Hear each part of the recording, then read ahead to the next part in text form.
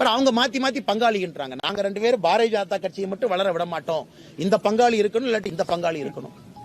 நாங்க சொல்றோம் நாங்களும் 3வது பங்காளி தாங்க, நாங்களும் இங்க தானே மாமா மச்சான் தான் நாங்களும். அதனால இந்த 2 பங்காளி வேண்டாம், நாங்க உள்ள புது பங்காளியா வர்றோங்கிறோம். அது தமிழக மக்கள் அங்கீகாரம் கொடுத்து 11% ஓட்டு, தேசிய ஜனநாயக கூட்டணிக்கு 18% ஓட்டு கொடுத்திருக்கிறாங்க. அதனால் இதை கொச்சைப்படுத்த வேண்டும் என்று ஆர்பி உதயகுமாரன் தனிப்பட்ட முறையில் நான் தாக்கல.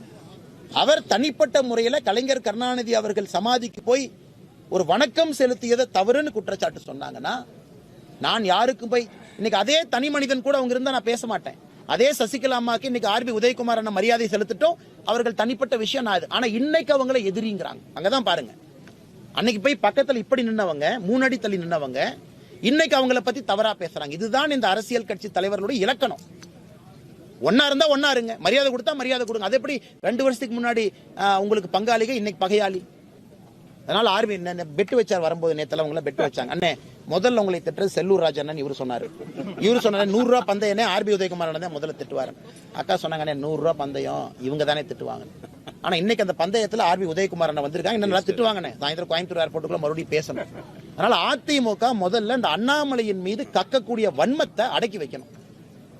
காலையிலிருந்து ராத்திரி வரைக்கும் இவ்வளவு பெரிய ஒரு கட்சி, புரட்சி தலைவருடைய கட்சி, புரட்சி தலைவனுடைய கட்சி, என்னை போன்ற சாதாரண மனிதனை காலையிலிருந்து நைட்டு வரைக்கும் வசைபாடுவது எனக்கு பெருமையாக நான் எடுத்துக்கொள்கின்றேன். என்னுடைய கட்சிக்கு பெருமையா நான் எடுத்துக்கிறேன். காலையிலிருந்து நைட்டு வரைக்கும் ஒரு முன்னாள் முதலமைச்சர் வசைப்படுறார், ஏதோ ஆளுநருக்கும் முதலமைச்சருக்கும் நான் புரோக்கர் அப்படின்னு. இவங்க தான் அண்ணாமலை ஒண்ணும் இல்லாதவன்னாங்க. இன்னைக்கு ஆளுநருக்கு முதலமைச்சருக்கு பஞ்சாயத்து பண்றதே நான் தான் அப்படிங்கிறாங்க. அதனால இதை பார்த்து சிரிப்பது அளவுதான் தெரியுறீங்கன்னா, கலைஞர் கருணாநிதி அவர்களுக்கு நீங்க மரியாதை செலுத்த வரலையா, முடிஞ்சு போச்சு உங்க பிரச்சனை.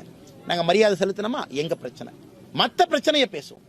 மரியாதை செலுத்தினால ரகசிய கூட்டணி, கள்ள உறவு, என்ன வார்த்தை பாருங்க, கள்ள உறவு.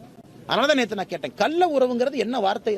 அது எப்படிப்பட்ட வார்த்தை? ஒரு முன்னாள் முதலமைச்சர் பயன்படுத்தக்கூடிய வார்த்தையா, ஒரு பக்குவப்பட்ட அரசியல்வாதி பயன்படுத்தக்கூடிய வார்த்தையா? அதையெல்லாம் தான் நாங்கள் கண்டிக்கின்றோம். நாணய வெளியீட்டு விழால ராகுல் காந்தி அவர்களை அழைக்கவே இல்லை. அப்படி இருக்கும்போது பாஜக முக்கிய அங்கம் வகிச்சீங்க. அதனாலதான் கேட்கிறேன், நீங்க இணக்கமான ஒரு சூழலை ஏற்படுத்த நீங்க விரும்புறீங்க சார்? உங்களுக்கு தெரியும் சார், உங்களுக்கு தெரியாதது இல்ல சார். ராகுல் காந்தி அவர்களை ஏன் அழைக்கவில்லை, இது கேட்க வேண்டிய கேள்வி முதலமைச்சர் கேட்கணும்.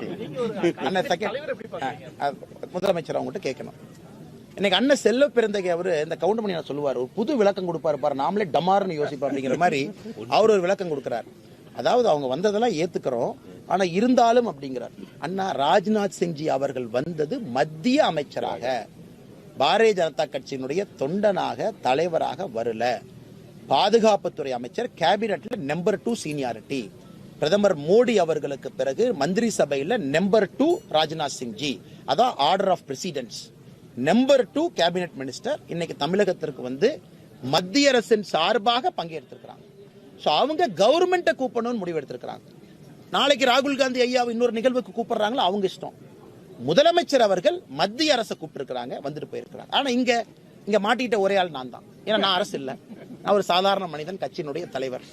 இப்ப எனக்கு பாத்தீங்கன்னா என்ன சொல்லுவாங்கன்னா, இந்த பக்கம் ஒரு இடி அந்த பக்கம் ஒரு இடின்னு மத்தளத்துல கொட்டுற மாதிரி எங்களுடைய மத்திய அமைச்சர் வந்தாலும் அரசியல் கட்சி தலைவராக நாகரிகத்தையும் கடமையும் செய்ய வேண்டியது என்னுடைய தலையாய பொறுப்பு. அதை செஞ்சிருக்கிறேன்.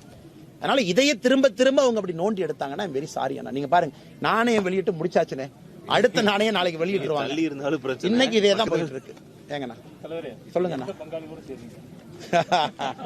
அண்ணா இன்னைக்கு மக்கள் எல்லோரும் எங்களை விரும்புறாங்க. நான் பாரதிய ஜனதா கட்சி வரணும்னு நினைக்கிறாங்க.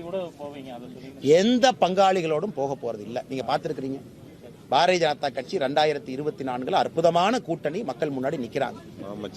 கூட்டாட்சி நாம சொல்லியாச்சு. அதனால பங்காளி என்று சொல்வதை விட எங்க கூட்டணி மாம மச்சான் கூட்டணி. இது பங்காளிகள் வேண்டாம், நாங்க மாம மச்சான் கூட்டணி. எல்லோரும் இணைந்து அக்கா தங்கைகள் மாம மச்சானாக இருந்து தமிழகத்தை வளப்படுத்துவதற்கு தேசிய ஜனநாயக கூட்டணி இருக்கு. இது மாமா மச்சான் கூட்டணி. பொங்கு பாசையில சொல்லணும் அப்படின்னா, பாதகம் செய்பவரை கண்டால் நாம் பயங்கொள்ளலாகாது பாப்பா, மோதி மிதித்து விடு பாப்பா, அவர் முகத்தில் உமிழ்ந்து விடு பாப்பா. அண்மை செய்திகளை உடனுக்குடன் தெரிந்து கொள்ள இணைந்திருங்கள் இயம்நாடு தொலைக்காட்சியுடன்.